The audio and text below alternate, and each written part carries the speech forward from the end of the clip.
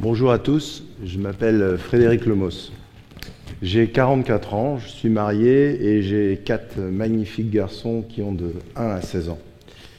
Il y en a pourtant l'un d'entre eux qui ne vit plus avec nous depuis 3 ans. Il est décédé d'un cancer du cerveau. Il s'appelle Noé, vous le connaissez sans doute puisqu'il a été sur la façade de la tour Montparnasse pendant tout le mois de septembre et une partie du mois d'octobre dernier pour donner un visage à la campagne Guérir le cancer de l'enfant au XXIe siècle. Campagne que je mène pour Gustave Roussy. Pardon.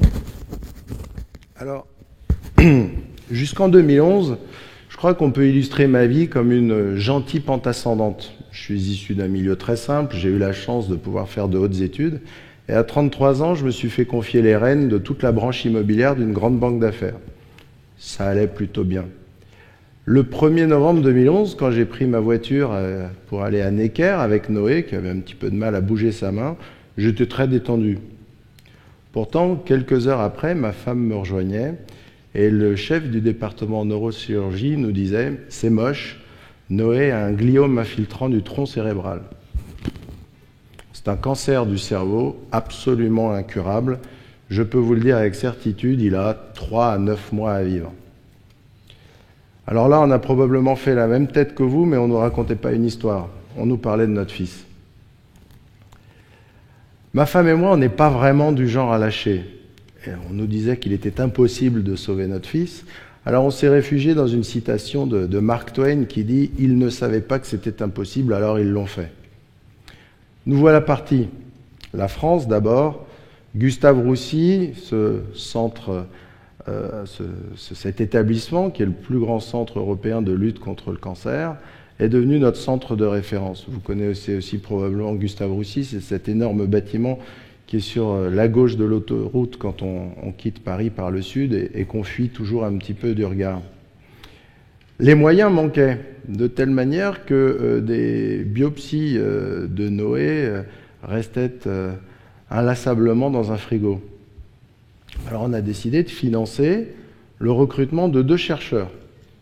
Les médecins nous ont prévenus, ils nous ont dit ce que vous faites, ça ne servira probablement pas pour Noé, il n'y a pas le temps, mais ça servira pour les autres. On l'a quand même fait. Alors c'est le premier point que je voudrais que vous reteniez, c'est que dans ces maladies, l'affluence même massive de moyens ne produit pas d'effet immédiat. Nous devons nous battre aujourd'hui pour en tirer les conséquences demain. Ensuite, j'ai fait le tour du monde.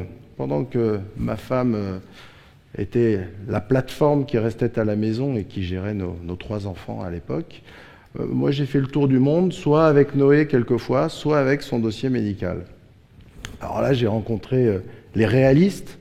Monsieur Lemos, rentrez chez vous avec ce qui reste à vivre avec votre enfant, il a besoin que vous soyez là. Les résignés, vous savez, monsieur, la législation autour de l'enfant est tellement compliquée qu'il est plus éthique de laisser mourir un enfant aujourd'hui que de lui provoquer des effets secondaires en essayant de le guérir. Les escrocs, écoutez, pour 450 000 $, on doit déjà pouvoir faire un petit protocole très intéressant pour commencer. Les idiots, Madame Lemos, je suis ravi que vous ayez accompagné votre mari. Vous savez, la médecine a fait d'énormes progrès. Nous pouvons nous organiser pour que Noé meure à la maison avec ses frères. Et il y a eu quand même les fantastiques, c'est-à-dire ceux qui nous ont dit vous devez le savoir, on n'est pas très avancé, mais on a quand même 1 ou 2 pistes intéressantes qui ne sont pas abouties. On va appeler Gustave Roussy, on va en discuter avec eux, et on va voir ce que l'on peut faire pour Noé. Alors c'est ces derniers qui ont fait que Noé est devenu le petit garçon le plus connu de l'Agence française du médicament pour la quantité d'ATU, je crois que je parle à un public de connaisseurs, donc d'autorisation temporaire d'utilisation, qu'il a obtenu auprès de la NSM. Il a bénéficié de 10 traitements consécutifs, dont 5 qui étaient des premières lorsqu'il les a eus et qui sont d'ailleurs restées des premières depuis. Alors on ne l'a pas sauvé, mais il a vécu 3 ans. Tout ça nous a permis de survivre, c'est-à-dire de vivre au centuple, et de faire avec lui, sans jamais lui montrer, ni lui ni à ses frères, que la fin était proche, de réaliser tous ses rêves. Lorsque Noé est mort, il était le plus long survivant de cette maladie. C'est le deuxième point que je voudrais que vous reteniez. Le petit garçon qui a le plus mobilisé la communauté médicale en France et à l'étranger est celui qui a bénéficié du plus d'essais sans jamais nuire à sa qualité de vie et qui a vécu le plus longtemps. Mais alors vraiment le plus longtemps, en bousculant les statistiques. Parce que si on doit faire quelques instants de statistiques, je vais changer d'image histoire que ce soit très animé. Aujourd'hui, on parle de 70 à 80% de taux de guérison dans le cancer. Ce n'est pas une bonne statistique. Vous ne prenez pas un enfant qui a un cancer et vous vous dites, bon, il a 70% de s'en tirer. En fait, il y a presque 100% de 70% des patients du cancer qui, en fonction de leur cancer, vont s'en tirer. Et il y en a 30% qui n'ont quasiment aucune chance de s'en tirer. C'est contre ces 30% que j'ai décidé de me battre. C'est dans ce cadre-là que Gustave Roussy a monté avec nous, moi, mon comité de campagne, un essai, 10 millions d'euros sur 4 ans, qui dépasse l'empirisme. Ils sont pas repartis d'une base de 250 médicaments qu'on va réadministrer en changeant les combinaisons, en changeant les concentrations. Ils sont partis des 30 ans d'échec de la médecine sur ces maladies et on redéfinit un programme où on repart à zéro sur un certain nombre de choses. Alors j'ai quand même une bonne nouvelle à vous annoncer, ces 10 millions d'euros qu'on avait théoriquement 4 ans pour lever, on en a levé 2,5 en 2 mois, notamment grâce au coût de la tour Montparnasse. Alors ce chiffre est important parce que je ne peux jamais m'empêcher de négocier un truc, et j'avais négocié avec Gustave Roussy qu'on n'attendrait pas les 10 millions pour lancer cet essai, et on a pris un accord, 1 million de cash, 1 million de promesses de dons, on démarre. Donc aujourd'hui, l'essai démarre. Ce n'est pas un mirage, ce n'est pas le souhait d'un papa orphelin. Alors, on a nos enfants, nos petits-enfants. Ah, on m'a dit que je pouvais dépasser de quelques secondes. Merci. Bonne tentative.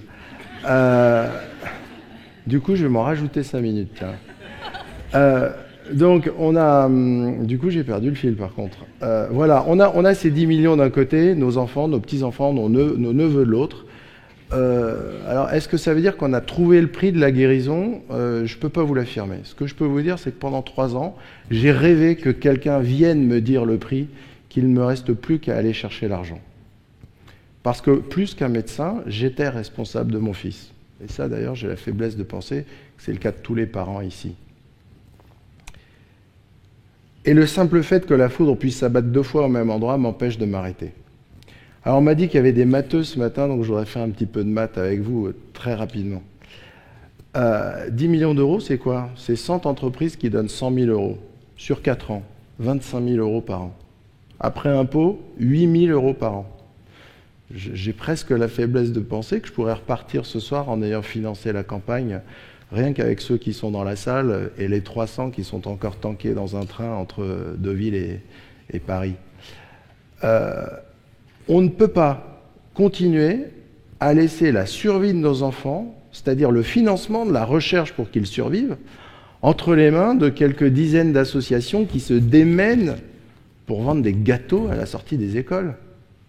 Si nos amis américains sur les plages qui sont juste derrière nous avaient envoyé un petit millier de GIs à la cool pour sortir les Allemands à coups de pompe, on y serait encore. Donc voilà, gustaveroussy.fr. Nos enfants ont besoin de nous, ils ont besoin de vous tous, en tant que professionnels, en tant que parents et en tant que donateurs. Merci beaucoup.